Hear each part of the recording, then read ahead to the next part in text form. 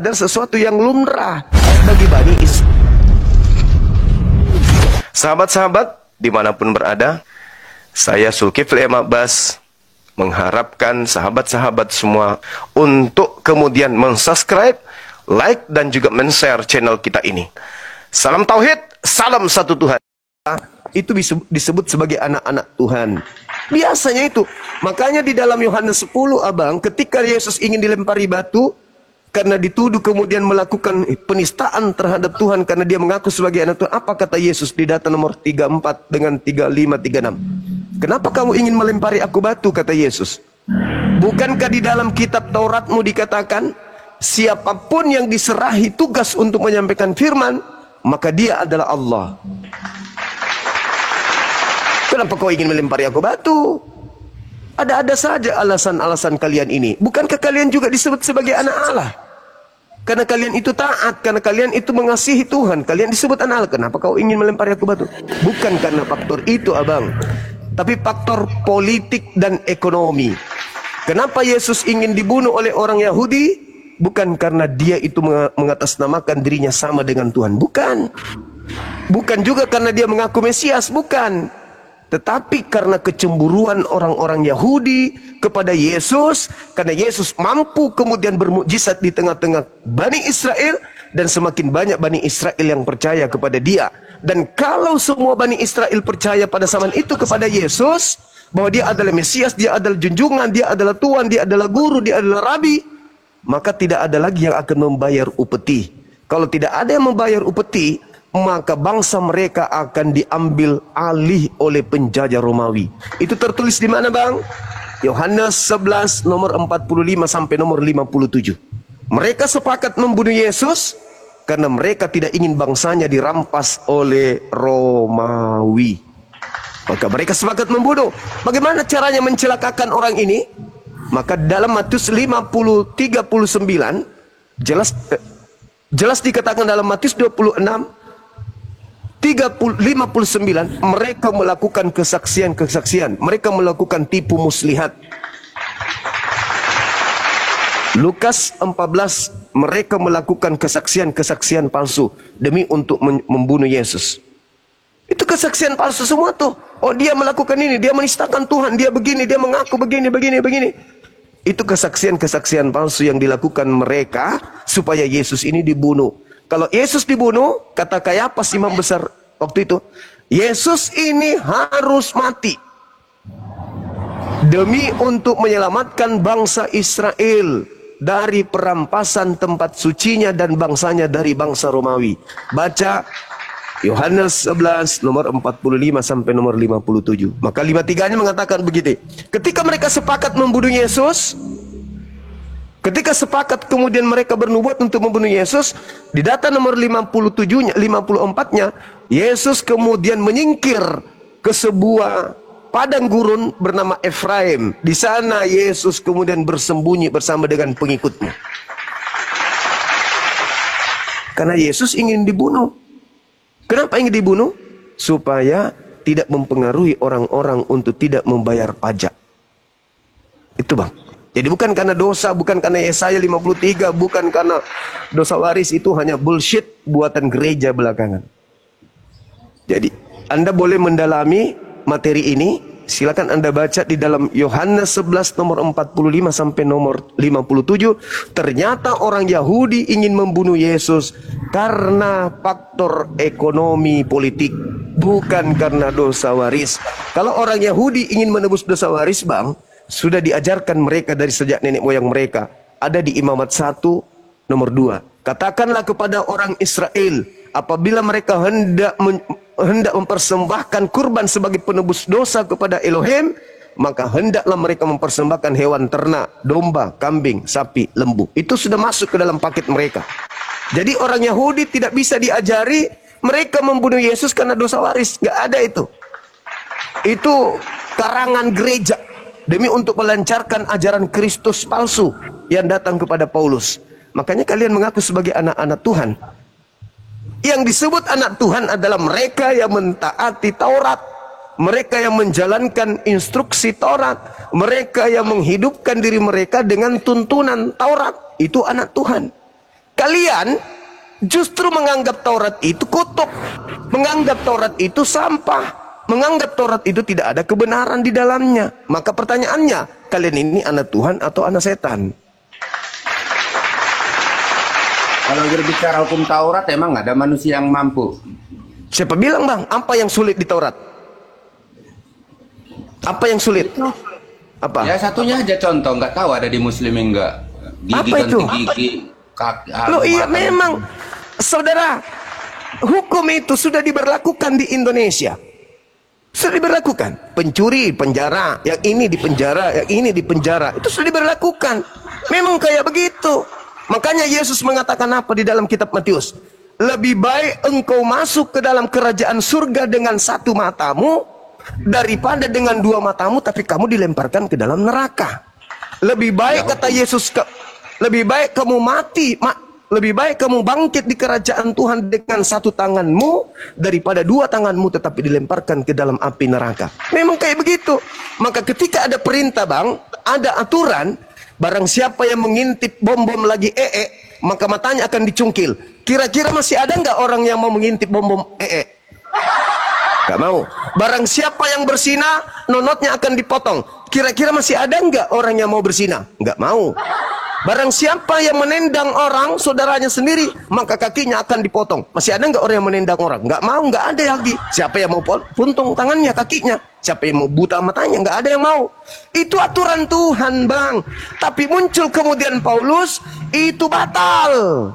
Dengan batalnya hukum itu, maka orang sudah bisa ngintip bom-bom lagi karena sudah tak ada lagi hukum. Orang sudah bisa mencuri, orang sudah bisa begini, bla bla bla bla, karena sudah ada hukum.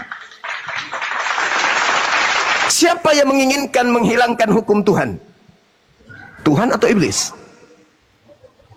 Enggak, hukum Tuhan dulu yang tadi. Tunggu dulu bang.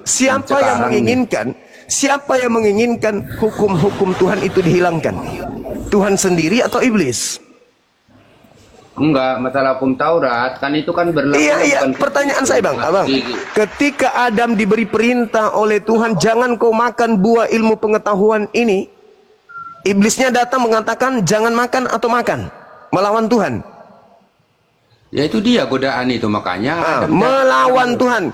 Ketika kemudian Yesus mengatakan di dalam Matius 5 nomor 19, barang siapa yang meniadakan setitik pun dari hukum Taurat meskipun yang paling terkecil dan mengajarkan kepada orang lain, maka dia akan menempati neraka. Itu kata Yesus. Pertanyaan saya, iblisnya mendukung Yesus atau iblisnya melawan Yesus? Jangan kau percaya Taurat, itu semua tidak berguna. Yang berguna itu adalah kasih. Kira-kira iblisnya di mana? Iblis memperkuat Taurat atau iblis menghapuskan Taurat?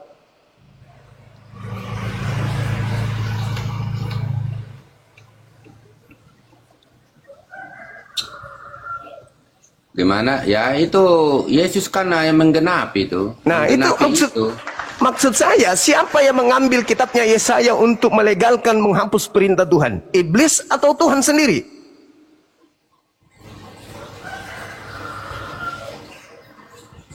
Makanya Yesus mengatakan, iblislah yang menjadi bapakmu dan kamu mau melakukan keinginan-keinginan bapakmu. Apa keinginan iblis? Menghapuskan perintah-perintah Tuhan.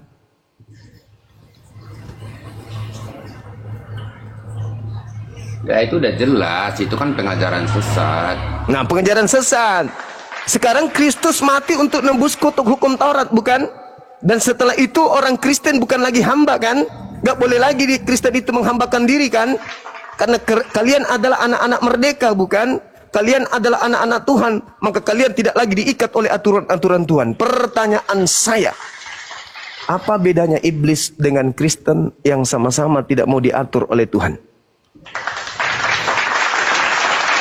Ini biar saya dapat intisarinya itu, sebenarnya Yesus itu yang kalian ada di Al-Quran Nabi Isa itu sebenarnya sama enggak sama Yesus? Soalnya apapun yang kita bicarakan nggak bakal ketemu. Kalau menurut saya jawab itu orangnya sama enggak itu? Saya jawab, Bang. Nabi datang di tengah-tengah Bani Israel, lahir tanpa ayah, mengajarkan hikmat Injil, dan dia diutus hanya kepada Bani Israel. Dia bukan Tuhan, dia bukan anak Tuhan, dia adalah manusia suci terkemuka di dunia dan di akhirat. Setelah dia datang, satu, ditolak. Bukan hanya ditolak saja, tetapi dibuat duplikasinya, dibuat kepalsunya, Yesus palsunya dibuat. Al-Quran datang menjelaskan kemudian bahwa Nabi Isa yang lahir tanpa ayah itu, inni abdullah atani al-kitab wa ja'alani nabiyan. Dia seorang nabi, dia hamba Allah, dia diberi ketetapan aturan-aturan firman yang dia harus sampaikan kepada Bani Israel. Yang timpang kemudian adalah, adakah Yesus mengajarkan dirinya adalah Tuhan yang nuzul inkarnasi menjadi manusia? Nggak ada. Berarti Yesus kalian itu Yesus palsu. Ada nggak kemudian Yesus datang ke atas muka bumi mengajarkan kemudian untuk menghapus hukum Taurat? Nggak ada. Berarti yang kalian bunuh di atas salib bukan Yesus. Ada nggak Yesus mengajarkan kemudian menebus dosa dengan menggunakan Tuhan yang nusul jadi manusia dibunuh untuk menebus dosa-dosa manusia? Ada nggak? Nggak ada. Berarti yang kalian sembah, yang kalian anggap Yesus itu Yesus fiktif. Sekarang Al-Quran mengatakan wa ma qatalu wa ma salabu walakin syubbiha lahum. Yang mereka bunuh, yang mereka salib bukan Nabi Isa, tetapi orang yang diserupakan dengan Nabi Isa. Ada enggak Yesus berkata waspadalah kepada Yesus palsu? Ada. Di mana dalilnya? Lukas 21 nomor 8, Matius 24 nomor 23, nomor 24, gitu. nomor 25, 26, 27 dan seterusnya. Yang gitu dalilnya, bukan Yesus palsu, Nabi palsu. Nabi Mesias palsu. Waspadalah kepada penyesat yang datang kepadamu dengan memakai namaku. Namaku siapa? Yesus. Dan berkata akulah Kristus. Dia akan menyesatkan banyak orang. Berarti penyesat itu bernama siapa? Yesus. Gelarnya apa? Kristus. Disingkat apa? Yesus Kristus. Kristen ini pengikut siapa? Kristus Yesus. Jadi kalau Anda bertanya apakah sama Nabi Isa dengan Yesus, Al-Quran datang bukan untuk menyamanyamakan saudaraku. Al-Quran datang untuk meluruskan ajaran Nabiullah Yeshua HaMashiach yang datang di tengah-tengah Bani Israel. Kemudian dipelencengkan ajarannya, diduplikatkan namanya, dan Yesus sudah berpesan itu juga. Tapi makanya gini ditanya, dong, ya, tuduhan gimana? Bang Juma itu, tuduhan Bang Juma udah terlalu liar. Kalau Bang Juma bilang itu Yesus palsu, masa Yesus palsu bisa menghidupkan orang mati, mencelikkan mata orang buta? Bagus. Yang benar aja Bagus. sih. Saudara, sekarang ada enggak yang kayak gitu menghidupkan Lazarus sudah dikubur berapa hari? Saudara, kalau yang menghidupkan itu di dalam Al-Quran diterangkan biiznillah, biiznillah, biiznillah. Aku menghidupkan dengan izin Allah. Kami beriman Yesus membangkitkan orang mati, membuat orang buta melihat, orang lumpuh berjalan, bom-bom susah Kami percaya itu. Percaya kami. Tetapi yang kami tidak percaya adalah ketika diajarkan dia datang ke bumi sebagai jelmaan Tuhan, mati untuk tumbal dosa-dosa orang Kristen. Itu yang kami tidak percaya. Tetapi kalau dia membangkitkan orang mati, kami percaya. Karena kenapa? Dia memiliki mukjizat. Yesus berkata dalam Yohanes 5 nomor 30, aku tidak dapat berbuat apa-apa dari diriku sendiri.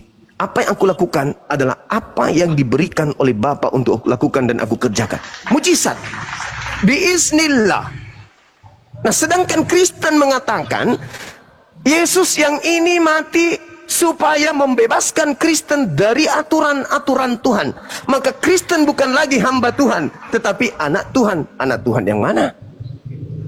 Tuhan tidak pernah mengajarkan kemudian untuk menghapuskan hukum-hukumnya. Malah Tuhan mengatakan begini. Contoh, ini salah satu contoh saja. Di dalam Kejadian 17 nomor 14. Barang siapa yang tidak bersunat nonotnya, maka bunuhlah, karena dia membatalkan perjanjian kekalku. Nah, sekarang orang Kristen ini tidak bersunat, mau disebut sebagai anak-anak Tuhan? Nyambung nggak? Tidak mungkin nyambung lah. Maka satu-satunya Bapak yang kalian jadikan Bapak itu hanya sibilisisis.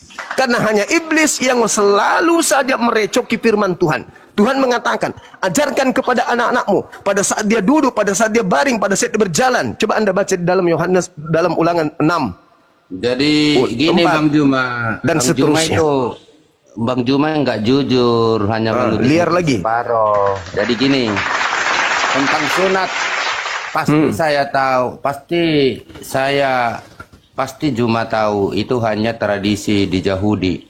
Oh, itu Kalau perintah tentang Tuhan, itu perintah Iya. Tuhan yang dijalankan secara turun-temurun sehingga menjadi sebuah kebiasaan, tradisi. Tapi dasarnya adalah perintah Tuhan. Sekarang umat Muslim datang dia ke-6 atau ke-7. Terus sunatnya itu dari mana? Itu kan dia Perintahnya Al-Quran, surah An-Nahl ayat 123. perintah Al-Quran tak perintah Allah. Perintah Allah. Ikutilah ajaran Brit Millah Abraham. Ikutilah ajaran perjanjian sunnat Abraham. Coba Anda baca. Millah Abraham itu millah. Millah itu artinya Mana apa? itu tertulis ada sunat? Itu kan hanya ikuti. Millah itu artinya dalam bahasa Ibrani apa? Iya, tapi nggak ada di situ kan tertulis. Sunnat. Itu sunnat artinya. Makanya di dalam tradisi Yahudi yang disebut Brit Millah itu artinya perjanjian sunnat. Sedangkan kami disuruh mengikuti millah, sunnatnya Abraham. Al-Quran surah An-Nahl ayat 123. Nggak bisa dibantah. Nah sekarang siapa yang kalian ikuti tidak bersunat? Iblis bersunat nggak? Nggak. Kucing? Tapi secara eksplisit Babi? kan nggak ada kan di Al-Quran masalah sunat hanya mila Ibrahim baik kan nggak ada yang tertulis. Mila langsung. Ibrahim itu bang, perintahnya ikutilah, kemudian Mila Ibrahim artinya apa? Ikutilah sunat Ibrahim. Kok susah bang ya? Mila itu sunat bang, jangan dipelintir. Mila itu artinya sunat dalam bahasa Ibrani. Mila Berarti Abraham, Mila Awalnya Muslim artinya disunat ngikutin mila Ibrahim gitu. perintah Allah kan? Nah, Sudah terus jelas tuh. di surat apa itu? Sama di umur berapa? Berarti awalnya disunat itu Nabi Muhammad turun ke umat Muslim gitu. Saudara, orang-orang Arab itu keturunan Nabi Ismail. Orang kedua setelah Nabi Ibrahim bersunat itu Nabi Ismail, bukan Ishak. Orang kedua itu adalah kakeknya Nabi Muhammad bersunat, Nabi Ismail. Makanya ada dua bangsa di atas muka bumi ini yang bersunat secara turun-temurun sejak Nabi Ibrahim alaihissalam. Siapa? Bangsa Yahudi, bangsa Arab. Mereka tak ada perintah lagi, tapi sudah menjadi tradisi budaya mendarah daging dari nenek moyang mereka. Setiap mereka lahir pasti sunat. Makanya ketika Nabi Muhammad datang, saudara-saudara mereka, sahabat-sahabat beliau ketika masuk Islam tidak ada yang disunat. Kenapa? Karena memang sebelum Al-Quran diwahyukan, mereka secara turun-temurun dari sejak nenek moyang mereka, Nabi Ibrahim, sudah sunat semua. Berbeda dengan di Indonesia. Misalnya misalnya saudara Masmur, mu'allaf, di usia sekarang 45 misalnya, saudara disunat baru sekarang. Kenapa? Karena tadinya Anda tidak mengikuti mila Abraham. Tapi kalau orang Arab bang, Islam dia atau Kristen dia tetap sunat dari kecil. Karena mereka adalah keturunan dari Nabi Ibrahim. Orang Arab, apapun agamanya, mereka sudah sunat dari kecil. Karena mereka adalah cucu-cucu Nabi Ibrahim alaihissalam. Begitu juga orang Yahudi. Kalau Nabi Muhammad di Al-Quran di umur berapa disunat? Ada kayak Nabi Muhammad sallallahu alaihi wasallam sama seperti Nabi Musa, sama seperti Nabi Daud. Tidak diceritakan usia berapa mereka bersunat. Tapi dari lisannya Nabi Muhammad sendiri berkata, salah satu kemuliaan yang Allah berikan kepadaku, aku lahir dalam keadaan bersunat. Maksudnya lahir dalam keadaan bersunat dari perut, dari rahim udah Iya, sunat. betul. Dari lahir beliau keluar. Mana dalilnya itu? Hadits bang, hadits Hadits, Rasulullah.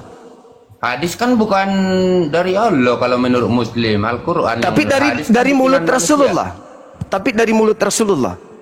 Salah satu kemuliaan yang Allah berikan kepadaku, aku lahir dalam keadaan sunat. Di hadis sekarang apa itu? Sekarang ada nggak Yesus mengaku dia sudah sunat? Ada nggak bang? Enggak, maksud saya di hadis mana? Maksudnya itu kan bukan Al-Quran, Saudara, hadis. hadits itu ucapan Rasulullah dituliskan. Yang tahu tentang kelamin orang itu adalah orang itu sendiri. Betul? Dia mengatakan aku dilahirkan dalam keadaan sunat. Diucapkan kepada siapa? Diucapkan kepada umatnya. Aku ini lahir dalam keadaan sunat.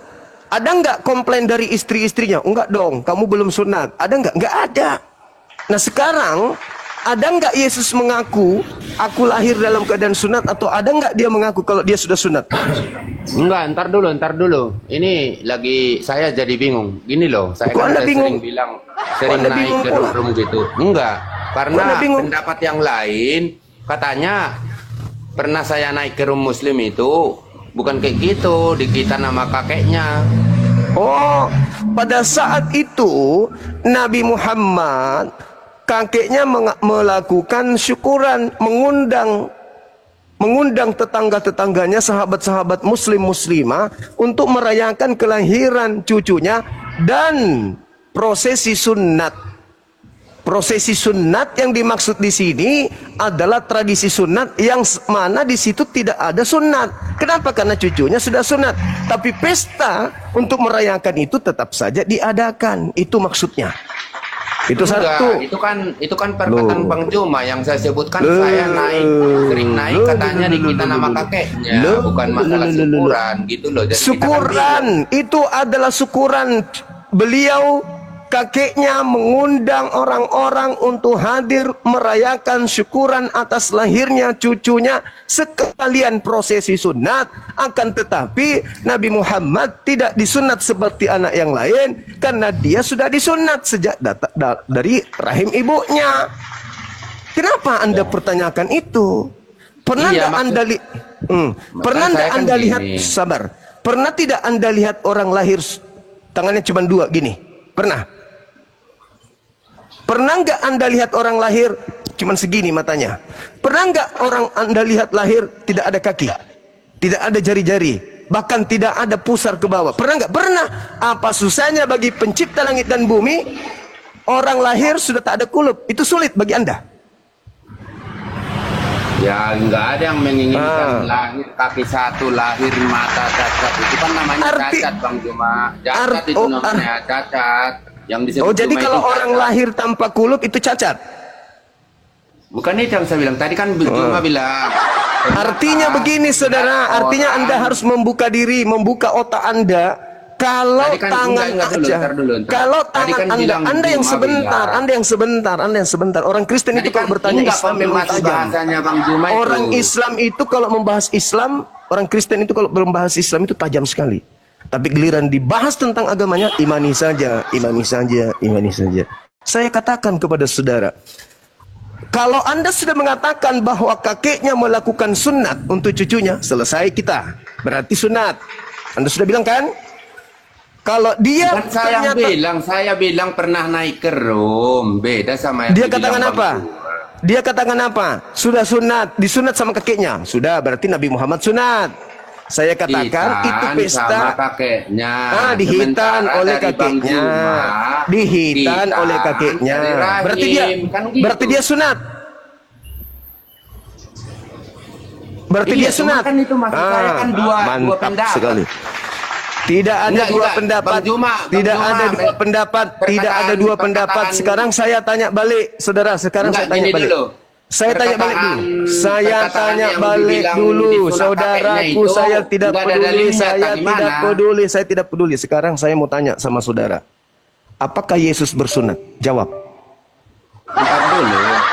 Nggak bisa. Kalau Anda tidak bisa menjawab, saya turunkan. Ya, kalau masalah diturunkan tidak apa-apa. Saya kan orangnya penurut. Sudah saya bilang dari awal. Iya, penurut. Makanya Anda jadi Kristen karena penurut. Kalau Anda tidak penurut, tidak mungkin. Ingat Bang, jadi gini, seekor anjing itu, Bang, siapapun yang kasih anjing itu, dengar, siapapun yang kasih anjing itu tulang, setan sekalipun pasti dia turut. Namanya mental anjing. Dan ternyata Anda juga adalah mental asu. Maaf Pak Masmur, Anda tidak bisa ditanya. Saya sudah bertanya tentang Anda sudah memberikan jawaban bahwa Anda melihat di koma lain diceritakan kakeknya Nabi Muhammad menyunat Nabi Muhammad. Ya udah selesai, berarti sunat. Berarti sunat.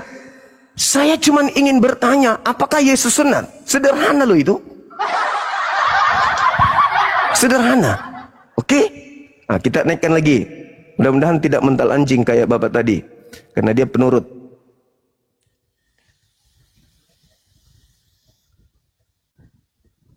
Udah dijelaskan bukan? Bukan salah saya sudah jelaskan. Dan dia nambah lagi. Ternyata di tempat lain dijelaskan Nabi Muhammad disunat sama kakeknya. Ya alhamdulillah berarti sudah disunat.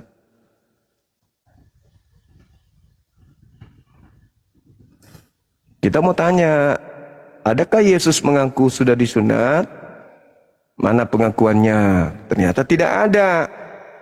Yang memberitakan kalau dia sudah sunat Lukas. Bagaimana cara Lukas mengetahui kalau Yesus sudah sunat? Nah, itu yang mau saya pertanyakan. Kristen memang begitu teman-teman. Kalau dia bertanya tentang Islam itu, wah kencang kali sampai ke akar-akar yang paling dalam.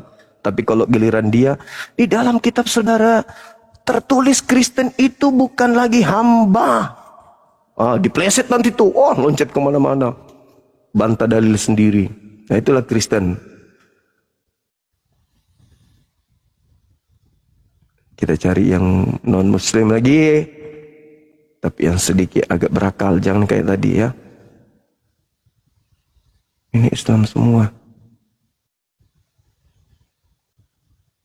Ini Islam semua yang mau naik.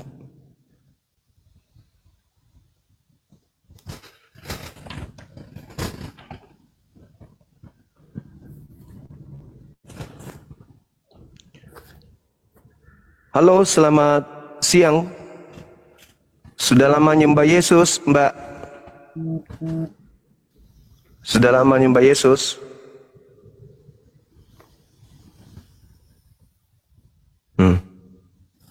Malu. Saya minta moderator dong, saya mau ibadah. Ada nggak anak-anak apologet? Satu orang naik dong, saya mau ibadah dulu.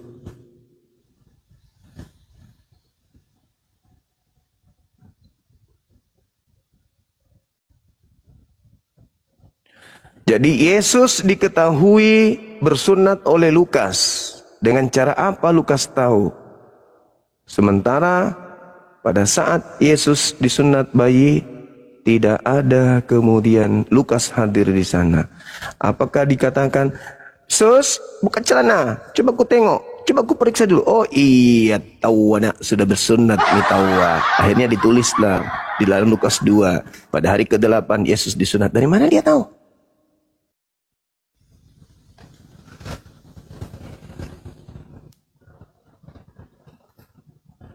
Dari mana Lukas tahu Yesus sunat pada hari ke-8? Lukas nggak ada di situ. Dan kalaupun ada, Lukas masih berbentuk bayi. Tua mana Lukas dengan Yesus? Kenapa dia bisa tahu kalau senjatanya Yesus sudah dipotong? Apakah ketemu pada saat dewasa? Lalu Yesus perlihatkan, ini lihat nih, lihat. Oh iya tahu anak sudah tidak pakai helm. Itu yang pingin kita tanya. Ataukah Lukas cuma ngarang bebas gitu. Assalamualaikum warahmatullahi wabarakatuh, Dinda Fandi. Waalaikumsalam warahmatullahi wabarakatuh. Assalamualaikum. Sudah sunat atau belum? Waalaikumsalam warahmatullahi wabarakatuh. Sudah sunat belum? Coba mana buktinya? Mana buktinya? Lihat. Lihat. Ini saya mau menulis ini, saya mau menulis. Saya mau menulis. Mana coba lihat. Lihat dulu. Oh, Pandi sudah sunat pada tanggal 28 bulan Mei 2025. Anakku yang adalah Tuhanku sendiri. Alamak. Nanti kau kirim fotonya kirim ke Bom. Sudah sunat. Dinda saya ibadah dulu. Silakan dinaikkan teman-teman kita. Iya, saya izin naikkan satu narasumber muslim kan Dana yang bisa mungkin membantu Kang Dito kali atau Bang Ardi atau siapa. Izin moderatornya. Tadi saya minta moderator kan saya sudah chat karena ada typingan Bani Asu di bawah. Ngeri kali typingannya, Bang.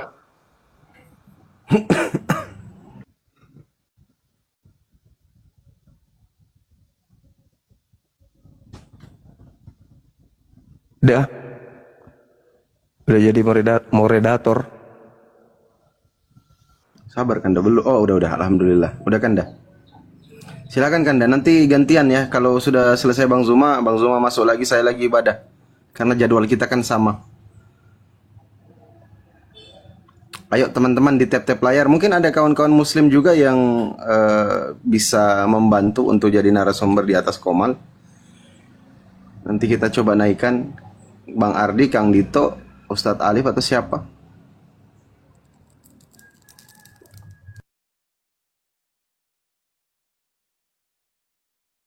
Ayo teman-teman di tap-tap layar juga ya, biar Komalnya kuat ya teman-teman ya. Cukupkan 1M tap-tap layar kita. Ntar kita lihat dulu teman-teman Kristennya ya. Aduh, Pak Pendeta Hia. Ini pendeta kita nih. Halo, selamat siang. Selamat siang Pak Pendeta, apa kabar? Ya, luar biasa. Apa Ya, saya ini mau topik saran kita dong. ini? Saya mau saran untuk Komalnya Pak Pendeta Hia, kalau bisa Pak Pendeta kurangin naikkan para penghujat. Itu loh Pak Pendeta. Iya, itu Bisa nggak? nantilah kita bahas itu. Ini dulu yang kita apa topik kita di sini. Itu nanti dengan Bang Zuma Pak Pendeta. Pak Pendeta ngobrol-ngobrol santai dulu dengan saya. Mari menunggu Pak Bang Zuma kembali. Oh gitu. Setelah ibadah baru bahas tema ini, anak Tuhan atau anak setan. Dan gitu. Ini enak, ini ya enak ceritanya ini gimana itu ya? Coba kita. Tapi nanti sebentar Pak Hia, Pak Pendeta Hia. Oke, siap. Kita Datang Bang tunggu. Zuma biar enak pembahasannya. Pak Pendeta bisa tangkap poin-poinnya apa yang disampaikan. Kenapa bisa alit yang dikatakan mereka itu adalah anak Tuhan atau anak setan, kan gitu. Tapi gini, sebelum kita sampai dulu ke Bang Kurunda Juma ya, tadi teman kita yang naik tadi itu ketika dipertanyakan tentang sunat itu kepada saudara kita, malahan narasinya tidak pakai data, langsung dijawab gitu aja Pak. Cuma nggak ada data gitu maunya, harus ada data lah yang file. Awalnya sudah disampaikan datanya, mungkin Pak Hia nggak dengar karena terlambat masuk. Itu loh Pak Pendeta. Iya, tadi kan dari tadi saya nontonnya kan. Ketika ditanya sama kita tentang sunat itu ya mungkin ada jawabannya pakai data. Jadi ketika pun ditanya orang sebelah kita tentang sunat di Bang Zuma ya tentu pakai data lah. Jangan hanya ngomong aja gitu, nanti dianggap yang di bawah ini narasi yang tidak benar gitu ya. Dia sendiri juga sudah menunjukkan bahwa Nabi Muhammad itu disunat. Dia sendiri yang menunjukkan datanya tadi Pak Pendeta Hia. Yang jadi persoalan ini kan Yesus ini kan nggak pernah mengaku dia disunat, kan gitu. Iya, ya. Nah, kan yang menurut kita maunya tadi. Orang nggak ngaku disunat, kalau nggak ngaku disunat, sunat nggak itu? Ya itu kan pendapat kita masing-masing ya, berbeda-beda lah. Cuman ya kita maksud di situ maunya jangan gara-gara itu terus kita turunkan terus nggak dijawab lagi kan gitunya. Masa kita ditanya orang tapi kita terus tidak memberikan jawaban, terus kita turunkan gitu. Terus sama-sama kita memberikan penjelasan sama kita gitu supaya orang yang di bawah pun cerdas gitu. Pak Pendeta udah dijawab tadi. Assalamualaikum Bang Abu Hadid. Waalaikumsalam warahmatullahi wabarakatuh. Temanya anak Tuhan apa setan? Waduh, berat. berat ya kan. Berat. Mungkin bagi yang belum mengetahuinya mungkin itu berat, tapi bagi yang kita sudah tahu apa maksud dan tujuan dari ayat ini ya mungkin akan lebih baiknya kan gitu ya. Oke, Pak Hia, saya mau tanya apa yang tidak kita ketahui, cuman Kristen yang tahu, Pak, bahwa Yesus itu bukan setan tapi dia anak Tuhan, Bang. Iya, oke. Yang dimaksudnya di sini adalah seakan-akan percakapan itu seakan-akan bukan lagi hamba Tuhan kan begitu. Kata mari kita lihat dari Yohanes 15 ya, ini yang dibahasnya Pak Juma tadi itu adalah Yohanes 15 ayat 13. Dia di sini berkata ya, Yohanes 15, aku tidak menyebut kamu lagi hamba, kan begitu kan? Sebab hamba tidak tahu apa yang diperbuat oleh tuannya. Kan gitu kan? Tetapi aku menyebut kamu sahabat karena aku telah memberitahukan kepadamu segala sesuatu yang telah kudengar dari Bapakku. Bukan kamu lagi memilih aku. Ya, bukan kita lagi yang memilih Tuhan itu. Itu konteksnya apa, Bang? Ya. Itu konteksnya apa, Pendeta? Ya kan tentang tadi kata Bang Juma, bukan lagi hamba, tetapi enggak, saya tanya ke itu Pak. Kan tadi itu Bang Zuma, narasi Bang Zuma. Sekarang saya tanya sama Pak Pendeta. Yang Pak Pendeta sampaikan itu konteksnya apa? Yang tentang hamba ini, konteksnya tentang hamba ini. Tentang hamba. Tentang hamba, iya. Baik, tentang hamba ya, Pak kan? Pendeta. Baik. Iya, karena hamba sama dengan tuannya enggak, Bang? Makanya itu kita dengar dulu satu-satu. Kita penjelasan itu kan Bapak di situ mau bertanya. Tentu kita menjawab dengan harus sabar, kan gitu ya. Iya, ya, tapi kan nggak keluar dari Bible kan, Pak Pendeta? Iya, kita dengar dulu bagaimana tujuan dari ayat ini, kan gitu kan. Ya, dia berkata di sini tadi kan, aku tidak menyebut kamu lagi hamba, sebab hamba tidak tahu apa yang diperbuat oleh tuannya. Tetapi aku menyebut kamu sahabat karena aku telah memerintahkan kepadamu segala sesuatu yang telah kudengar dari Bapakku. Bukan kamu yang memilih aku, tetapi Tuhanlah yang memilih kamu, atau Tuhanlah yang memilih kita. Dan aku telah kutetapkan kamu supaya kamu pergi dan menghasilkan buah, dan buah itu tetap, supaya apa yang kamu minta kepada Bapa dalam namaku diberikannya kepadamu. Inilah perintahku kepadamu, kasihilah sesamamu orang yang lain. Jadi bukan dia dalam arti, bukan dia lagi hamba, dia sebagai hamba menyampaikan tentang firman Tuhan. Itu yang dimaksudnya di situ. Jadi dia sudah menerangkan di situ. Ya, sebagai hamba itu adalah anak Tuhan juga. Cuman yang dimaksud secara kemanusiaannya itu salah kita artikan tujuannya di situ, Pak. Jadi harus kita tahu makna dari apa itu sebagai hamba dan Tuhan gitu, Pak. Seperti Bang, itu ya, Pak Pendeta. Itu kalau kita baca dari perikopnya itu kan perintah supaya saling mengasihi. Betul ya, Pak Pendeta? Nah, betul. Jadi ketika Yesus berkata, aku tidak lagi menyebut kamu hamba, artinya apa itu, Pak? Ya, yang dimaksudnya itu yang namanya hamba ini kan memberitakan tentang firman, kan begitu kan?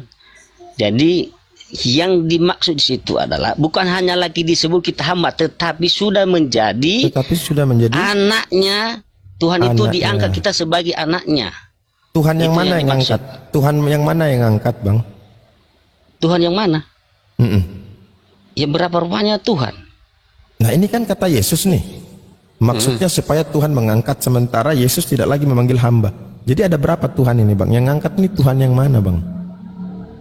Ya, satulah Tuhan untuk menerangkan ini bahwa yang mana Tuhan yang mana, Bang? Tuhan Yesus. Tuhan Yesus. Yang berkata di sini siapa? Ya? Yang berkata di sini siapa? Yohanes 15:15. Ya kan ditulis oleh Paulus di situ. Yang berkata siapa? Ya, dari Yohanes 15. Dari ditulis oleh perkataan Yesus melalui disampaikan perkataan Yesus, baru kan ditulis oleh orang-orang yang sudah terima kasih ini. Gitu. Baru kan ditulis. Ya, baru ditulis. Apa isi tulisannya? Ya, itu yang tadi yang disampaikan saya baca tadi ya 15. Kalau itu dikatakan, aku tidak menyebut kamu lagi hamba, sebab hamba tidak tahu apa yang diperbuat oleh tuannya. Tetapi aku menyebut kamu sahabat, karena aku telah memberitahukan kepada kamu segala sesuatu yang telah kudengar dari Bapakku. Ketika Bapak Pendeta menarasikan bahwa tidak lagi seperti itu, karena kami telah menjadi diangkat oleh Tuhan. Pertanyaannya, Tuhan yang mana yang mengangkat ini? Ya, Tuhan Tuhan Yesus sendirilah. Semananya. Ini perkataan Yesus kan?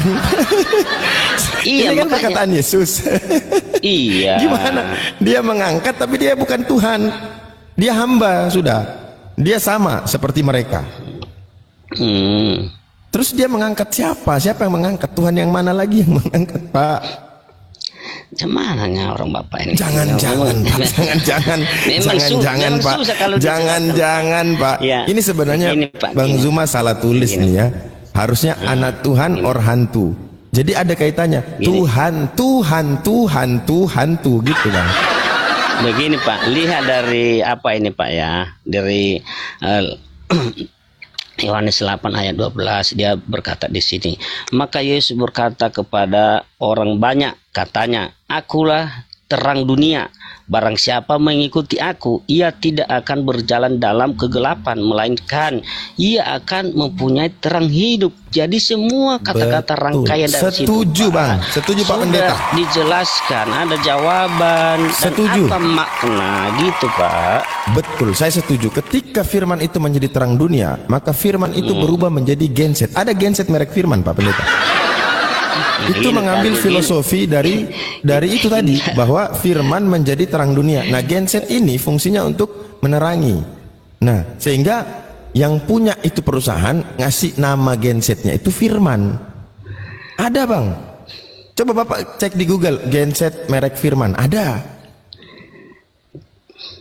Itu karena tadi, karena firman itu menjadi cahaya. Betul Pak Pendeta, setuju saya. Nah, gini, Yang Pak, tadinya orang-orang dalam kegelapan tidak mengenal Tuhan, maka Yesus datang menyampaikan, inilah jalan yang akan kalian tempuh supaya dapat menuju kepada Bapa. Aku ini jalan. Aku ini jalan, ya. Aku ini kebenaran. Kenapa? Karena kebenaran ini yang sampaikan bukan dari diriku. Dia yang mengutus aku, yang memerintahkan aku untuk menyampaikan segala itu. Maka dia adalah kebenaran. Dia jalan, dia kebenaran. Yesus itu. Bapak artinya tidak percaya kepada Yesus gitu ya? Dengar. Yesus itu jalan, Yesus itu kebenaran. Bagi siapa? Bagi siapa? Kata Yesus, aku hanya diutus kepada domba-domba yang tersesat dari Bani Israel. Berarti dia jalan dan kebenaran bagi bangsa Israel saat itu. Iya, oke. Betul tidak, Biar saya jawab sama Bapak di sini. Berarti Bapak tidak percaya bahwasanya Yesus itu adalah Tuhan, kan begitu kan, atau Allah? Kalau kan gitu kan? Kalau bicara percaya Tuhan, hanya Bapak membuat narasinya itu bahwasanya dia hanya utusan atau dia hanya jalan, begitu kan Pak? ya itu perkataannya ada kan, Pak? Ya, oke, makanya saya tanya sama Bapak. Ini dia berkata di sini di Filipi 2 ayat 6 sampai 9 ya, Pak. Yang walaupun dalam rupa Allah tidak menganggap kesetaraan dengan Allah itu sebagai milik, ya, sebagai milik yang harus dipertahankan. Apa yang menjadi milik, melainkan Pak, yang dipertahankan, Pak? Kealahannya itu tidak dipertahankan, kealahannya, ya, melainkan mengosongkan dirinya sendiri dan mengambil rupa seorang hamba dan menjadi sama dengan manusia. Yang kita ambil sisi positif, siapa manusia itu yang menjadi manusia itu? Berarti kan cuma Tuhan Yesus. Baik. Dan bawahnya 8. Dan dalam keadaan sebagai manusia, ia telah merendahkan dirinya dan taat sampai mati. Bahkan sampai mati di kayu salib. Itulah sebabnya Allah sangat meninggikan dia dan mengaruniakan kepadanya nama di atas segala nama. Itulah sudah jelas di situ, Pak, ya. Baik. Saya boleh tahu, tapi menurut tanya, Bapak mungkin saya tidak bagaimana tujuan orang Bapak tentang itu, ya. Baik, baik, Pak. Jadi yang dilahirkan oleh Maria itu adalah rupa Allah yang mengambil wujud manusia, betul nggak, Pak? Iya. Oke, baik. Ketika Yesus dari 0 bulan sampai 33 tahun, dia ini tidak menunjukkan keilahiannya karena telah mengosongkan diri, betul kan? Betul kan? Mengosongkan dirinya setelah dia menjadi manusia, Pak. Bukan setelah dari 0 bulan itu kan manusia itu dilahirkan. Oke, sampai 33 tahun berarti dia mengosongkan diri. Betul, Bang? Iya. Oke, baik. Jadi yang membangkitkan orang mati, yang menyembuhkan orang sakit, itu bukan Yesus, tapi Bapa. Oh, kata Petrus.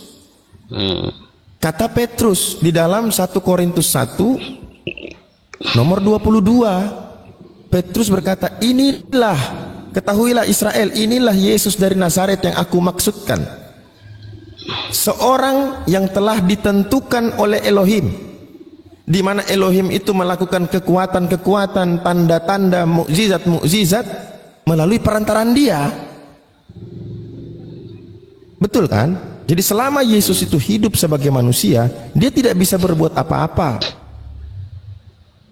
Itu kan tanpa Bapa. Kata Petrus. Kata Petrus, kata Bapak tadi di Filipi. Karena kehidupan dia mengosongkan diri kan? Udah mengosongkan diri, berarti tidak ada lagi keilahiannya. Diperkuat dengan perkataan Petrus bahwa Yesus ini orang yang telah ditentukan oleh Elohim, di mana Elohim itu melakukan mukjizat, tanda-tanda, kekuatan-kekuatan melalui perantaraan Dia. Saya membuat jus alpukat, yang saya pakai itu mixer. Mixer ini hanya perantara yang buat saya. Yesus itu seperti itu, Bang. Dia hanya perantara. Kata Petrus, silakan Anda baca, Pak. 1 Korintus nomor 22 itu. Coba dibaca. Iya Pak, gini Pak, kalau itu semua kita bahas Pak, nanti tidak tahu makna dan tujuan ayat itu, itulah membuat orang nanti bingung Pak. Jadi satu-satu itu ayat itu harus kita pahami dan tahu maknanya, baru orang pun mengerti Pak, gitu ya. Kisah para Rasul, Kisah para Rasul. Kisah para Rasul 1 nomor 22, bukan 1 Korintus. Kok bisa salah lagi saya? Jadi Pak, menurut Petrus, Yesus itu perantara. Orang yang sudah ditentukan. Nah, itu di dalam kitab Bapak ya. Di dalam Kisah para Rasul 2 nomor 22, Kisah para Rasul 2 nomor 22. Apa katanya? Coba Bapak baca. Ya ini, hai orang-orang Israel, dengarlah perkataan ini.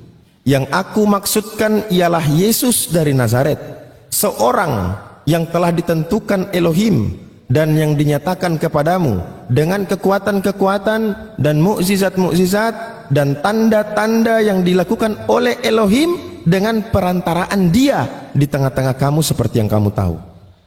Ini Petrus berbicara di tengah orang banyak dan dihadiri oleh 11 rasul lainnya. Apa kata Petrus? Nah, bahwa Yesus adalah seorang yang telah ditentukan oleh Elohim. Dan Elohim pun bersaksi tentang apa yang Dia utus. Yohanes 5:37. Bapa yang mengutus aku, Dialah yang bersaksi tentang aku. Kesaksian Bapa tentang Yesus sebagai utusan.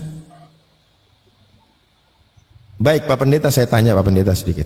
Kata Yesus, syarat masuk surga adalah yang mengikuti atau melakukan kehendak Bapa di surga. Betul atau tidak Pak? Bagaimana Pak? Menurut Yesus, masuk surga itu bagi mereka yang melakukan kehendak Bapa di surga. Betul? Iya. Oke. Pertanyaan saya Pak Pendeta, ada nggak kehendak Bapa untuk menjadikan Yesus Tuhan? Ada. Di mana Pak? Tadi Filipi 2 itu Pak. Filipi 2 itu. Baik. Tuhan itu lemah apa kuat Pak? Ya, itu kan sudah terang-terang dikatakan. Ya, saya tanya Bapak, Tuhan itu lemah apa kuat Pak? Ya, kuat lah. Nah, berarti ketika Yesus itu lemah, Dia bukan Tuhan. Betul nggak? Itu kan kemanusiaannya Pak. Iya, yang mana? Itulah, Oke, Pak. baik. Saya kembali lagi ya. Itu harus baik. Kita terima. Kemana kemampuan tadi? Kalau dia langsung menunjukkan keilahiannya, orang pun tidak ada yang percaya Pak. Setuju, kan gitu. Setuju Pak. Berarti Bapak meyakini dua naturnya Yesus itu ya? Ya, memang 100% manusia, 100% Tuhan. Betul Pak? Betul Pak. Betul. Oke. Pak, boleh nggak Bapak cerita ke kita semua ini 2.800 orang Coba bicara tentang 100%-nya manusia. 100% Yesus manusia. Coba Bapak ceritakan. Apa saja itu? 100% manusia. Silakan. Oke ya Pak. Dia sebagai manusia Pak, dia juga mengajarkan kita untuk mentaati kata-kata apa yang telah disampaikan, supaya kita manusia juga mengungkapkan kata itu bukan dalam arti pribadi kita, tetapi merujuk kepada sifat Tuhan itu. Apa sih manusia, Pak? Manusia itu apa? 100% manusia. Pertama, saya kasih contoh. Dia lahir, ya kan? Dia butuh kepada asupan gizi, kan manusia itu. Dia lapar, dia haus, itu kan manusia. Iya. Betul tidak? Oke, setuju nggak Pak? Setuju. Ya, setuju yang saya berarti bilang. Yesus 100% manusia. Indikasinya tadi dia begini dan begitu, halnya manusia. Baik, sekarang Bapak ceritakan 100% Tuhan. Silakan Pak. Iya, saya mengatakan kepada Bapak, dia sebagai manusia menonjolkan dirinya dengan pencapaian kata-kata manusia itu, supaya jangan merujuk kepada pribadi kita manusia. Maka dikatakan itu kepada Bapak. Gitu ya, Pak. Sudah. Intinya dia 100% manusia. Oke, manusianya sudah nih dibahas. Oke, sekarang Bapak coba ceritakan 100% Tuhan. 100% Tuhan? Iya. Iya, dia dalam karyanya sebagai Tuhan menunjukkan pembuktian dalam keilahiannya, bahwa orang sakit bisa disembuh, orang buta bisa melihat, orang yang berjalan di atas air bisa dilihat, bisa dilakukan, bisa dalam segala hal, membelah laut bisa. Kan di situ sudah ternyata ya, Pak. Baik. Pertanyaan saya Pak, ketika Bapak menceritakan 100% Tuhan, manusia, itu tidak melibatkan Tuhan, walaupun cuma 0,01% Pak. Tidak ada melibatkan ketuhanannya, karena dia 100% Tuhan. Setuju nggak Pak? Lahir dia bukan Tuhan, lapar dia bukan Tuhan, haus dia, netek dia, capek bukan Tuhan dia, tanpa menyinggung ketuhanan. Tapi begitu berbicara ketuhanannya, kok menyinggung kedagingannya? Jadi 100% Tuhan ini dihitungnya bagaimana Pak? Silakan. Atau sepenuhnya Tuhan lah, sepenuhnya manusia, sepenuhnya Tuhan. Baik, tadi sudah berbicara sepenuhnya manusia, tidak ada yang menyinggung masalah sepenuhnya Tuhan. Oke? Nah sekarang berbicara tentang sepenuhnya Tuhan, kenapa nyinggung yang sepenuhnya manusia?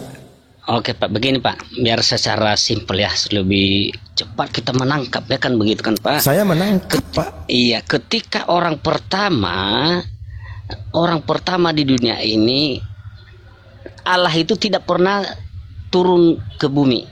Tapi kenapa orang-orang yang pertama itu tidak percaya dengan hanya kata-kata disampaikan oleh Allah itu melalui malaikatnya berkata-kata, tapi kenapa orang pertama itu tidak bisa mendengarkan apa yang telah disampaikan, diperintahkan tentang kerajaan dunia itu? Kenapa bisa ditergelamkan mereka orang pertama? Udah nggak masuk Pak, nggak masuk di pertanyaan saya. Kalau ketika berbicara sepenuhnya manusia, yang tadi sifat-sifat kemanusiaan semuanya mutlak ke Yesus sebagai sepenuhnya manusia, tanpa melibatkan sepenuhnya Tuhan. Nah, ketika berbicara tentang sepenuhnya Tuhan, kok manusianya ikut? Manusianya ikut. Kalau mau dibagi sepenuhnya manusia, sepenuhnya Tuhan, maka ketika bicara ketuhanan Yesus, ada nih orang mati, dibangkitkan Yesus. Tapi yang sepenuhnya manusia lagi tidur di rumah. Nah, orang yang mati itu di seberang pulau lah. Yang bangkitkan Yesus. Sementara sepenuhnya manusia itu lagi tidur di sana. Lagi tidur di rumah. Yang bangkitkan orang mati ini yang sepenuhnya Tuhan. Itu kalau kita bikin persentase berarti 100% Tuhan, 100% manusia. Sebagaimana tadi kita berbicara 100% manusia, tidak menyinggung ketuhanan sama sekali. Tapi anehnya ketika menyinggung atau berbicara tentang ketuhanan, yang dagingnya manusia ini ikut terus. Berarti kalau kita hitung Pak, harusnya 150% manusia, 50% Tuhan. Itu baru fair, baru adil Pak. Itu kan menurut Bapak kan loh, gitu. Kan menurut saya lagi. Oke, kalau menurut Bapak Kalau menurut Bapak sekarang, menurut Bapak pendeta, waktu berbicara kemanusiaan Tuhan 100, Yesus 100%, ada nggak singgung Tuhannya? Ya adalah. Di mana? Maka Yang 100% manusia itu menyinggung ketuhanannya di mana, Pak? ya di Roma. Ya, tunggu ya Pak. Saya nggak tanya Biar dalil, Pak. lebih. Oke, baik. Satu-satu Jadi saya bagaimana tanya. Pak? Bagaimana Jadi Pak? waktu Yesus lahir sebagai manusia, Tuhan juga lahir. Ya, gimana Bapak, ini kan sudah kita bilang tadi, dia Allah itu tidak menganggap kelahannya, tapi turun dia menjadi hamba dan menjadi manusia. Jadi Ya, manusianya berarti Bapak itu tidak siapa? percaya Kan gitu. konsep itu ya? Konsep 100% manusia, 100%. Bapak nggak percaya? Ya udah konsep di itu? situ lah Pak, udah situ bersama-sama di situ Pak, gitu. Enggak, saya tanya, Bapak percaya nggak konsep bahwa yang di Konsili Kalsedon tahun 451 menetapkan dui natur Yesus itu, Bapak percaya nggak? Ya percayalah Pak, orang kita kan apa yang zaman Bapak sekarang percayai? ini yang Baik, apa yang gini, Bapak percayai? Saya pelan-pelan mengarahkan Bapak bicara tentang manusia. Apa sih manusia 100% itu apa sih? begini Pak, begini ya Pak, yang saya beri tanggapan dulu Pak ya. Kalau kita melihat dari sejarah itu, tentu sudah orang terdahulu mati-matian tentang ayat-ayat ini sudah dibahas. Tapi kita sekarang salah persepsi, itu udah salah benar Pak. Mentang-mentang Sudah kita Pak, sekarang kita nggak bahas orang dulu-dulu, kita nggak bahas perspektif orang dulu Pak. Sampai orang sekarang tahu manusia itu apa, manusia itu bagaimana, tahu kan Pak? Tahu nggak? Dari sejarahnya kita tahu Pak. Iya, orang dulu dan orang sekarang tahu nggak manusia itu kayak apa? Ya manusia itu dilahirkan, dia mulai dari nol, dari bayi, mulai anak-anak, remaja, dewasa, tua, kan begitu manusia, normal. Manusia itu butuh terhadap asupan, manusia itu butuh terhadap tempat tinggal. Ini manusia, karena 100% manusia itu seperti itu. Betul kan? Nah, ketika berbicara tentang sepenuhnya Yesus 100% manusia, ada nggak menyinggung ketuhanan? Ya ada Pak. Tidak ada? Ada. Kalau ada berarti dia tidak 100% manusia Pak. Berarti 99% manusia. Bukan dalam arti dia tidak manusia Pak. Dia menerangkan kepada kita, kepada Bapak supaya merujuk kepada dirinya ketika manusia itu menyebut nama Tuhan. Contohnya begini Pak, saya berdoa mengikuti. Bukan menyebut nama Tuhan, masalahnya ada konsep satunya lagi, 100% manusia, 100% Tuhan. Makanya Bapak dengar dulu lah, satu kata aja saya bilang kan, misalnya gini kan Pak, caranya itu kemanusiaannya menyebut namanya Tuhan atau Allah. Dia berdoa, misalnya dia bilang berdoa dia kepada Bapak, kan begitunya maksudnya Bapak kan. Kenapa ada lagi Bapak kalau memang dia Bapak kan gitu, kalau dia bilang Tuhan. Kan gitu maksud Bapak kan. Kenapa bukan. Saya mau tanya, itu terpisah atau tidak terpisah? Jadi 100% Yesus Pak, manusia, 100% dia Tuhan, terpisah atau tidak terpisah? Satu Pak di situ dia. Baik, Pak, satu. Oke. Kalau begitu bagian mananya Yesus yang Tuhan? Begini, biar saya jelaskan. Begini lagi sudah 15 kali Bang Ardi. Assalamualaikum warahmatullahi wabarakatuh Bang Ardi. Tidak mau dengar, tidak mau dengar. Waalaikumsalam warahmatullahi wabarakatuh. Ya, tidak mau dengar. Assalamualaikum warahmatullahi wabarakatuh, teman-teman muslim, Bang Zuma, Bang Fandi, Aki Abu Adit. Siap. Assalamualaikum teman-teman yang di bawah. Oke, selamat siang Pak Elhia, penyembah manusia. Oke. Selamat siang Pak, enggak apa-apa. Ya. Saya sedikit lagi Bang Ardi ya. Tadi Pak Hia bilang bahwa tidak bisa dipisahkan. Sementara saya tadi di awal mengajak untuk Pak Hia menceritakan ke kami, menjelaskan ke kami sepenuhnya manusia. Dan kita dengar bersama bahwa ketika berbicara kepenuhan dia sebagai manusia, 100% manusia, itu sama sekali tidak berbicara ketuhanannya, tidak menyenggol ketuhanannya. Sebab apa? Sebab ya namanya manusia, kita ini manusia, lahir kan sebagainya, lapar, haus, capek dan lain sebagainya. Itu tanpa menyinggung ketuhanannya. Nah, begitu Bapak bilang tidak terpisah, saya tanya bagian mananya Yesus yang Tuhan?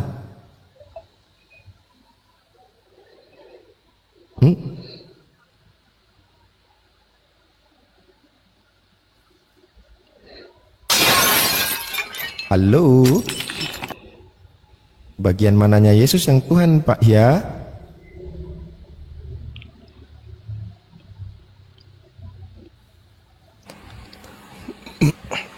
ini Ki Abu Adit ini nggak diurapi Roh Kudus, nggak bisa ngerti gitu loh. Oh, jadi harus diurapi Roh Kudus dulu. Iya. Siap. Jadi kita menunggu bagian mananya Yesus yang Tuhan. Tadi kan manusia udah tuh lahir, lapar, haus, capek dan sebagainya. Nah, sekarang Tuhan katanya tidak terpisah. Baik. Bagian mana Yesus kah yang Tuhan? Itu Iya, mungkin monitor, gini. Iya. Mungkin gini maksudnya. Oke. Maksudnya Gini, tidak Pak, terpisah gini, itu Pak. artinya terpisah gitu loh Ki Abu Adit. Jadi maksudnya tidak terpisah itu artinya terpisah gitu loh maksudnya. Betul nggak Pak? Iya. Betul nggak Pak? Kan Yesus itu kan Tuhan sekaligus bukan Tuhan kan gitu kan? Nah itu loh maksudnya gitu. Jangan bingung Aki.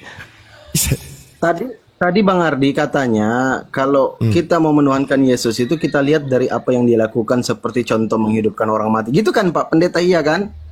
Iya. Karya-karyanya itu semua terbukti. Izin satu data aja Bang Ardi, Bang Abu Hadid, satu data aja mau kutujuin sama Pak Hian.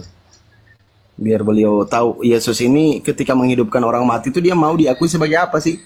Di dalam Yohanes 11 nomor 40 sampai 42, Pak Hia, Pak Pendeta disimak ya. Jawab Yesus, bukankah sudah kukatakan kepadamu, jikalau engkau percaya engkau akan melihat kemuliaan Elohim. Maka mereka mengangkat batu itu lalu Yesus menengadah ke atas dan berkata, Bapa, aku mengucap syukur kepadamu Bapa, karena engkau telah mendengarkan aku. Jadi ketika Yesus berdoa kepada Bapa yang Tuhan ini, didengarkan doa Yesus. Lanjut. Aku tahu bahwa Mantap. Berarti aku tahu bahwa engkau selalu mendengarkan aku. Sabar dulu Bang, kasih selesai dulu. Jadi kata Yesus, dia tahu bahwa Bapa itu selalu mendengarkan dia, kata Yesus. Tetapi oleh karena orang banyak yang berdiri di sini mengelilingi aku mengatakannya supaya mereka percaya bahwa engkaulah yang telah mengutus aku. Dan sesudah itu, Pak Pendeta Hia dengarkan baik-baik. Dan sesudah itu berkata demikian, berserulah ia dengan suara keras, Lazarus, marilah keluar. Hidup Lazarus tuh. Pertanyaan saya Pak Hia, ketika Yesus membangkitkan Lazarus, dia mau diakui sebagai Tuhan atau sebagai utusan Tuhan, Pak Pendeta Hia? Silakan Pak Pendeta Hia dijawab. Udah dari tadi saya bilang, Allah itu sudah menjadi manusia. Manusianya itu siapa? Yesus. Jadi Pak Pendeta, coba dibaca Yohanes 11:42. Kata Yesus, karena orang banyak yang mengelilingi aku mengatakannya kepada mereka, supaya mereka orang banyak itu percaya bahwa Yesus ini Tuhan atau bukan Tuhan di sini, Pak Pendeta Hia? Tuhan lah. Katanya di situ. Tuhan itu. Ini apa katanya di situ? Engkau yang telah mengutus Kata aku. Yesus, aku mau diakui sebagai bukan Tuhan, sebagai utusan Tuhan, kata Yesus ketika dia membangkitkan Lazarus. Berarti bukan Tuhan ya, Pak Pendeta ya? Itu kan menurut Bapak itu aku berarti bukan Tuhan kan gitu kan lu sudah bilang tadi. Ini pengakuannya kan utusan dia di sini. Iya betul. Baik, Dia sudah satu data lagi izin ya. Baik, satu data lagi. Saya sekalian berdakwah, izin dikit abang-abang sekalian ya. Bang Ya, Pak Pendeta Hia. silakan. Di dalam surah Maryam ayat 30, Pak Pendeta, ini dalil Al-Quran ya, sekalian saya berdakwah. Bismillahirrahmanirrahim. Wala ini Abdullahi ataniyal kitaba wa ja'alani nabiyya. Kata Nabi Isa, sesungguhnya aku ini hamba Allah.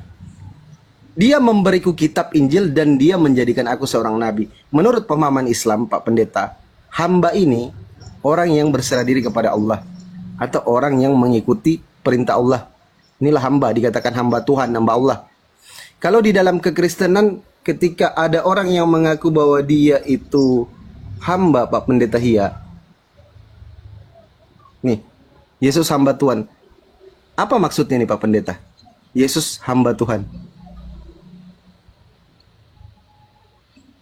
ya maksudnya Tuhannya orang Kristen bertuhan itu loh. Mana saya bilang yang Ya, itu menyampaikan firman Tuhan itulah tadi kita bilang sebagai orang percaya, dia sebagai hamba dan dia juga sebagai Tuhan gitu loh. Boros sekali. Oh, ya kan sudah dibilang tadi dari ayat 9 Filipi itu Kan? dalam segala nama Bilangin telah juga. diberi sama dia gitu loh. Saya kan udah kalau bilang nggak dari tadi. Saya kan kalau udah memang bilang. tidak percaya ya terserah kan gitu. Saya kan udah bilang dari tadi, Yesus itu dia menurut Pak Ihya itu Tuhan sekaligus bukan Tuhan. Jadi kalau Bang Fandi mengatakan bukan Tuhan, betul. Apa definisi bukan Tuhan? Definisi bukan Tuhan adalah Tuhan, gitu loh. Oh, Bang nggak Ardi, ngerti aja, Bang Fandi? cara supaya kita di sini dipenuhi Roh Kudus bagaimana, Bang Ardi? Ya gila, harus gila. Coba dulu caranya biar kita dipenuhi Roh Kudus, bisa kita pahami juga Bible yang dalam bahasa Indonesia, yang Jadi saya gini. tahu tidak ada metode khusus untuk Ya. memahami Bible itu. Ya, jadi Gini, gini. biar kita Berhubung sini, tidak ada Pak, metode biar- khusus, kan tadi kan dia mengatakan Yesus itu Tuhan sekaligus hamba kan gitu. Ini sebenarnya kalau menurut akal sehat, yang namanya hamba Tuhan itu pasti bukan Tuhan. Yang namanya Tuhan pasti bukan hamba Tuhan. Itu kalau menurut akal sehat. Tapi di sini kita paham bahwasanya teman-teman Kristen ini menggunakan akal sakit. Maka menurut akal sakit, hamba Tuhan adalah Tuhan. Pak Hia betul, nggak salah beliau. Karena beliau memahami dengan akal sakit. Kita aja yang salah gitu loh. Karena kita memahami dengan akal sehat. Aki Abu Adet salah, Bang Fandi salah. Salah. Saya salah Gini juga, biar gitu loh. Salah. Yohanes ketiga Timur. Jadi kertas saktinya di mana, Bang Ardi? gini Pak dan kita baca dulu Yohanesnya ya. Aduh. Maka katanya kepada orang Yahudi, orang percaya kepadanya, jikalau kamu tetap dalam firmanku, kamu benar-benar Syukran, Pak Timur. adalah muridku, dan kamu akan mengetahui kebenaran, dan kebenaran itu akan memerdekakan kamu. Ayat 36 Yohanes 8 ya. Jadi apabila anak itu memerdekakan kamu, kamu pun benar-benar merdeka gitu kalau sudah percaya kepada Yesus. Tepuk tangan. Jadi merdeka dari Iya. Ya dari percaya kepada apa yang telah disampaikan Ya. itu. merdeka dari menuhankan Dia. Bagi orang-orang yang belum percaya antikristus. Assalamualaikum, Bang Zuma. Pak. Waalaikumsalam warahmatullahi Waalaikum, wabarakatuh. Gurunda Zuma. Semuanya. Waalaikumsalam Gurunda warahmatullahi Zuma, wabarakatuh. tadi Adik-adik sekalian. Pak Elhia ini tadi menyampaikan bahwasanya Yesus itu adalah Tuhan sekaligus hamba Tuhan. Saya ingin menyampaikan sesuatu, Bang Zuma, bahwasanya saya tidak menyalahkan Pak Elhia. Justru saya di sini menyalahkan Aki Abu Hadid dan Bang Fandi. Kenapa? Karena Aki Abu Hadid dan Bang Fandi berpikir secara akal sehat. Loh, itu salah. Karena Harusnya Pak akal Elhia ini berpikir secara akal sakit. Jadi yang saya salahkan Aki Abu Hadid gitu loh. Oh iya. Kenapa menuntut dengan akal sehat padahal Pak Elhia ini berpikirnya secara akal sakit. Jadi tetap salah kita, Gurunda. Lanjut. Oke, baik. Mohon izin adik-adik saya sekalian ya. Dinda Pandi mana? Turun. Ketombak kayaknya. Bang Oh, Fandi naik siap. lagi, Bang. Dikatakan di dalam dalam ulangan kitabnya orang Yahudi ya. Ulangan 27 nomor 26. Terkutuklah dia yang tidak menjalankan hukum Taurat dengan perbuatan. Jadi orang yang tidak menjalankan Taurat dengan perbuatan itu adalah orang yang terkutuk. Iblis bekerja kemudian. Iblis menginginkan manusia anak Adam itu terkutuk. Maka iblis datang mempengaruhi manusia untuk tidak menjalankan hukum Taurat agar manusia itu terkutuk. Saya ingin tahu dari saudara Elhia ini. Paulus ini dapat ilmu dari mana di dalam surah Galatia 5 membebaskan orang Kristen dari kuk penghambaan, dan di dalam Galatia 4 nomor 7 orang Kristen ini bukan lagi hamba Tuhan tetapi anak Tuhan. Pertanyaan saya, Tuhan mana yang menginginkan manusia untuk tidak mengikuti aturan-aturannya. Sedangkan Tuhan yang betul mengutuk orang yang tidak menjalankan hukum Taurat. Sedangkan Paulus melalui dari Kristus yang datang kepadanya justru menghilangkan hukum Taurat. Maka muncul pertanyaan, kalian ini anak Tuhan atau anak setan? Itu pertanyaan saya. Karena kalau anak Tuhan itu, sabar bang, sabar. Di dalam pengajaran Yesus di Yohanes 8 nomor 37, Yesusnya berkata, aku tahu engkau itu adalah anak-anak Abraham, tetapi kamu berusaha untuk membunuh aku, karena engkau tidak memperoleh firmanku di dalam dirimu. Paulus juga mendoktrin di dalam Galatia 3 Galatia 3 nomor 29 bahwa orang-orang Kristen juga ini adalah anak-anak Abraham. Bagaimana ceritanya orang Kristen ini anak Abraham? Dari mana? Apakah ini bukan tipuan? Tak ada hubungannya Abraham dengan orang Kristen, kok disebut oleh Paulus untuk mengenakkan kuping orang Kristen bahwa orang Kristen ini adalah anak Abraham. Pertanyaan saya bang, pertanyaan saya. Dibuka aja deh kameranya deh. Pertanyaan saya, ini Anda sebagai anak Tuhan atau anak iblis?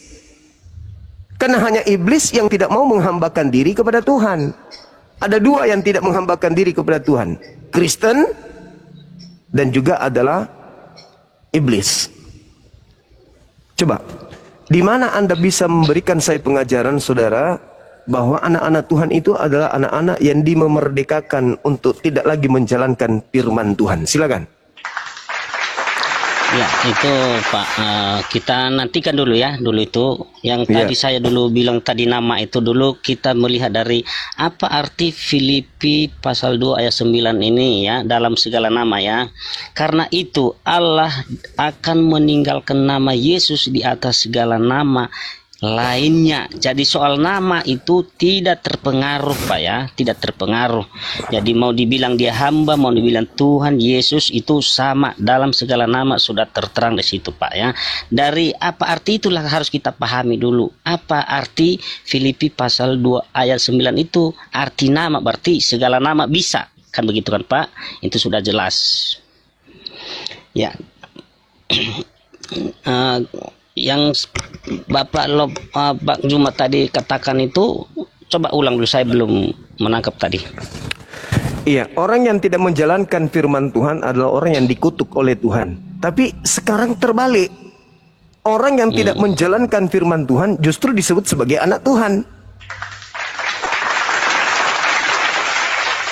Kristen tidak menghambakan diri. Di Galatia Pak, Galatia 4 nomor 7, kalian bukan lagi hamba, tapi kalian adalah anak, sebab kamu adalah pewaris. Sedangkan Tuhan di dalam kitabnya orang Yahudi mengutuk orang yang tidak menghambakan diri kepada dirinya. Ulangan 27 nomor 26, terkutuklah orang yang tidak menjalankan hukum Taurat dengan perbuatan. Sedangkan Paulus mengajarkan orang Kristen untuk tidak lagi menghambakan diri, tidak lagi mau diatur tentang aturan-aturan Tuhan, tidak lagi tunduk kepada firman Tuhan yang adalah hukum Taurat. Bagaimana mungkin orang yang dikutuk ini bisa jadi anak Tuhan? Setahu saya yang dikutuk itu anak setan Pak. Ayo. Iya, menurut Bapak kan gitu kan. Menurut ya, firman yang ada di dalam kitab saudara, bukan saya. Silakan. Iyalah, oke. Yang saya kita kasihkan paparan di sini dia adalah dia berkata di sini Yohanes 15 ayat 13 sampai 17 ini ya Pak. Dia berkata di sini yang Bapak sampaikan itu dari 13 kita bahas ya dulu ya Pak. Gini, tidak ada kasih yang lebih besar daripada kasih seorang yang memberikan nyawanya untuk sahabat-sahabatnya. Kamu adalah sahabatku jikalau kamu berbuat apa yang telah kuperintahkan kepadamu. Aku tidak menyebut kamu lagi hamba, ya, sebab hamba tidak tahu apa yang telah diperbuat oleh tuannya. Tetapi aku menyebut kamu sahabat karena aku telah memberitahukan kepadamu segala sesuatu yang telah kudengar dari Bapakku. Ya, ayat 16-nya, bukan kamu memilih aku, bukan saya yang memilih Tuhan itu lagi, ya. Bukan saya yang memilih Tuhan itu lagi, ya, tetapi Dialah memilih kita. Tetapi akulah yang memilih kamu, dan aku telah menetapkan kamu supaya kamu pergi dan menghasilkan buah. Ya, menghasilkan buah. Dan buahmu itu tetap supaya apa yang kamu minta dari Bapa atas namaku diberikannya kepadamu. Inilah perintahku kepadamu. Kasihilah seorang akan yang lain. Inilah dia hasilnya. Bukan dalam arti dia itu lagi bukan hanya karena dia bukan lagi menyebut hamba atau dia sudah menjadi anak Tuhan. Jadi bagi yang tidak menuruti taatan Tuhan itu, pekerjaan Tuhan itu, itulah dia orang-orang yang tidak percaya, yang tidak menghasilkan buah, Pak, gitu. Oke, Pak, kalau berbicara tentang ajaran Yesus, endingnya itu Yesus mengajarkan apapun, tetap saja Yesus mengajarkan murid-muridnya itu untuk kasih kepada Tuhan. Kasih kepada Tuhan itu adalah mentaati firman Tuhan. Bukan melanggar firman Tuhan yang disebut kasih. Kasih itu mentaati. Kasih itu mentaati, intim kepada Tuhan dengan cara menjalankan segala perintah Tuhan. Sedangkan yang ada di ajaran Paulus, Kristen pengikutnya digiring untuk tidak lagi menghambakan diri kepada Tuhan. Coba Anda baca Galatia 4 nomor 7 itu. Sekarang kalian ini bukan lagi hamba. Kalian ini adalah anak.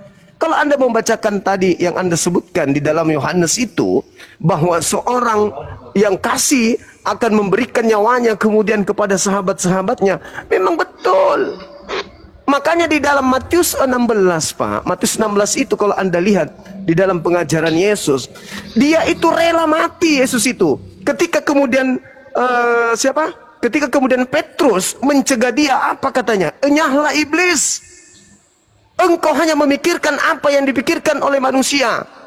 Engkau tidak memikirkan apa yang dipikirkan oleh Tuhan. Aku rela mati demi pengikutku. Itu kata Yesus. Tetapi serela-relanya Yesus kemudian mati untuk pengikutnya, yang mengutusnya itu tidak rela Yesus mati di tangan orang-orang kafir, Pak. Yesus bukan pengecut. Yesus seorang pemberani yang gagah perkasa. Dia datang melawan dan bahkan menyerahkan nyawanya untuk pengikut-pengikutnya. Tetapi ketika dia terancam untuk dibunuh, Tuhan yang mengutusnya menyelamatkan dirinya. Makanya Yesus mengatakan di dalam Matius 16, Anda baca di sana di nomor 24, di data nomor 23, enyahlah engkau iblis. Karena engkau hanya memikirkan apa yang dipikirkan oleh manusia. Engkau tidak memikirkan apa yang dipikirkan Tuhan. Apa yang dipikirkan Tuhan?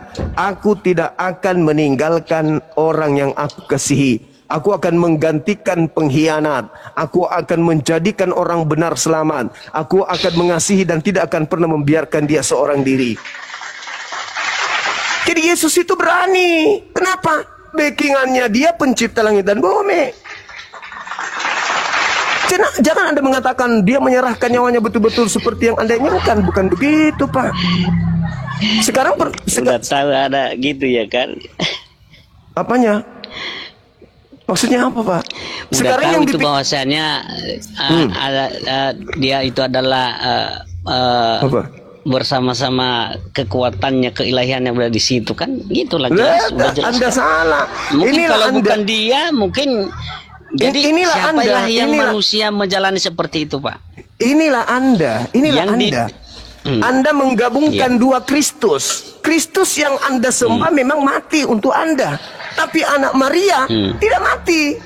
Dia adalah Kristus yang tidak mati. Sehingga dengan adanya Kristus yang mengaku-ngaku Yesus, Anda bukan lagi menghambakan diri kepada Tuhan, tetapi Anda menghambakan diri kepada hantu. Itu fakta.